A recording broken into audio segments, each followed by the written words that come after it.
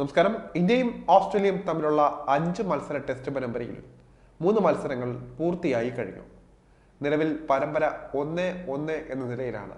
ആദ്യ ടെസ്റ്റിൽ ഇന്ത്യയും രണ്ടാം ടെസ്റ്റിൽ ഓസ്ട്രേലിയയും വിജയിച്ചപ്പോൾ മൂന്നാം ടെസ്റ്റ് സമനിലയിലാവുകയായിരുന്നു. ഇതോടെ നാലാമത്തെയും അവസാന ടെസ്റ്റ് ഇരു ടീമുകളെയും സംബന്ധിച്ച് നിർണായകമായി മാറിയിരിക്കുകയാണ്. ഈ മാസം 26 മുതൽ മെൽബണിലാണ് പരമ്പരയിലെ 4ാം ടെസ്റ്റ് ആരംഭിക്കുക.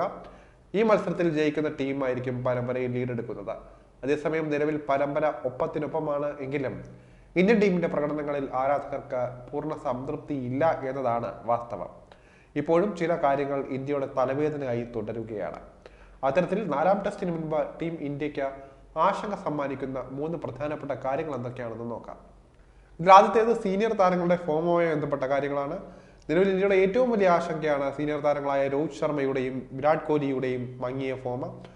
ആദ്യ ടെസ്റ്റിന്റെ 2ാം ഇന്നിംഗ്സിൽ സെഞ്ചുറി നേടിയെങ്കിലും പിന്നീട് ഇതുവരെ ഒരു മികച്ച സ്കോർ നേടാൻ വിരാട് കോഹ്ലിക്ക് സാധിച്ചിട്ടില്ല. രോഹിത് ശർമ്മയാകട്ടെ ഓസ്ട്രേലിയയിൽ ഇത്തവണ കളിച്ച 2 ടെസ്റ്റുകളിലും ഫ്ലോപ്പായി മാറുകയായിരുന്നു. ഓപ്പണിംഗിൽ നിന്ന് മധ്യനിരയിലേക്ക് ബാറ്റിംഗ് പൊസിഷൻ മാറിയിട്ടും രോഹിത്തിന് ഫോമിലേക്ക് മടങ്ങിയെത്താൻ സാധിച്ചിട്ടില്ല. അടുത്ത മത്സരത്തിലും ഇരുവരും ഫോം വീണ്ടെടുത്തില്ല എങ്കിൽ ഇന്ത്യയുടെ കാര്യം കഷ്ടത്തിലാകുമെന്ന കാര്യം ഉറപ്പാണ്. കഴിഞ്ഞ കുറച്ച് വർഷങ്ങളായി ടെസ്റ്റ് ക്രിക്കറ്റിൽ ഇന്ത്യയുടെ വിശ്വസ്ത ബാറ്റർ എന്ന ലേബലിൽ വിശേഷിക്കപ്പെടുന്ന താരമാണ് ഋഷഭ് പന്ത്. വളരെ ചുരുങ്ങിയ സമയം കൊണ്ട് ടെസ്റ്റിൽ മികച്ച ഇമ്പാക്റ്റ് ഉണ്ടാക്കാൻ സാധിക്കുന്ന പന്തിന് ഓസ്ട്രേലിയൻ പ്രകടനത്തിൽ പ്രതീക്ഷിച്ച മികവിലേക്ക് ഉയരാൻ സാധിച്ചിട്ടില്ല. ബോർഡർ ഗവാസ്കർ ട്രോഫിയിൽ ഇത്തവണ കളിച്ച 3 മത്സരങ്ങളിൽ ഒരു തവണ പോലും 40 റൺസിന് മുകളിൽ സ്കോർ ചെയ്യാൻ പന്തിന് സാധിച്ചിട്ടില്ല എന്നതാണ് വാസ്തവം. 9, 21, 28, 37, 1 എന്നിങ്ങനെയാണ് ഈ പരമ്പരയിൽ താരത്തിന്റെ സ്കോറുകൾ.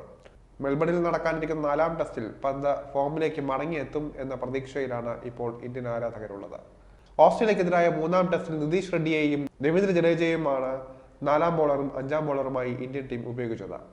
എന്നാൽ ഓസ്ട്രേലിയൻ ബാറ്റർമാർക്ക് വെല്ലുവിളി നൽകുന്ന ഒരു പ്രകടനം ഇരുവരിൽ നിന്നും ഉണ്ടായില്ല. അതുകൊണ്ട് തന്നെ ഇനിയുള്ള മത്സരം അതിനിർണായകമാണ്. ഇനി 4ാം ബോളറായും 5ാം ബോളറായും കളിപ്പിക്കുന്ന താരങ്ങൾ ഫോമിലേക്ക് ഉയരേണ്ടത് ഇന്ത്യയെ സംബന്ധിച്ച് അത്യാവശ്യമാണ്. അതല്ല, അടുത്ത കളിയിലും ഇവർക്ക് മികവ് കാട്ടാൻ സാധിച്ചില്ലെങ്കിൽ ഇന്ത്യൻ ടീമിന് പണി കിട്ടുമെന്ന കാര്യം ഉറപ്പാണ്.